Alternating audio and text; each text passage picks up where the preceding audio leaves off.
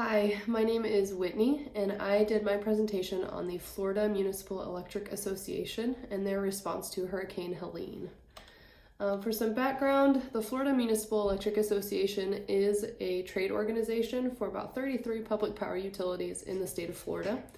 Public power utilities are utilities that are locally owned by the community that they exist in, and they're non-for-profit organizations. FMEA represents all of the public power utilities in Florida, and they do a lot of work like legislative advocacy for these groups on the federal and state level. They also do marketing and communications work for these communities. And then they also do, probably the largest thing they do is mutual aid coordination for their communities, especially when there are large power outages. So, of course, these are communities in Florida. They're very familiar with hurricane seasons.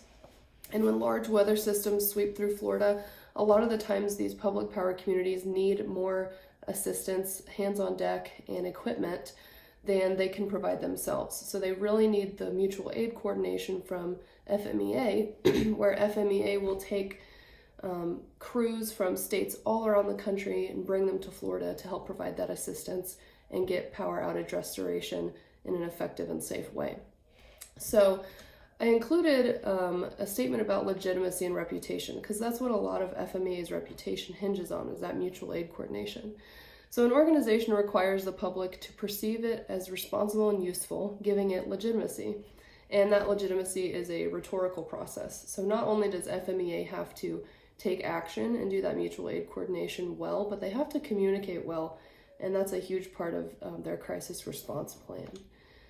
So the crisis I'll be referring to is Hurricane Helene. Of course, that was just recent. It happened on September 26th, and as it swept through Florida, it left about 1.2 million Floridians without power, and that included hundreds of thousands of customers who were without power, who were public power customers. So that required FMEA to really take action to do mutual coordination in that crisis response.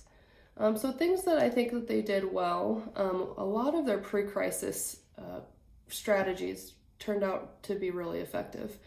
All the way back in April of 2024, Amy Zuberly, who is the director of FMEA, actually went on traditional media and as well as a public power podcast and actually talked about their infrastructure resilience plans and how they prepare for hurricane season each year by coordinating a lot of infrastructure improvement projects so that the systems themselves can actually be prevented from even going out in the first place. But she also talked about how communication is a really big part of their crisis responses whenever hurricane season does come about. And of course, all this preparation and talking about hurricane season months before it even happens shows that they are really building trust with their stakeholders. I put a quote in here from Augur that says, "Trust is influenced by stakeholder perceptions of competency, integrity, and goodwill." And of course, FMEA is constantly leveraging their status as non-for-profit to build goodwill and integrity, but also that competency component comes from all of that pre-crisis work that they do. And then immediately before the storm, you see this example of a social media post on September 24th. This was just a couple days before the hurricane. They did a lot of storm updates.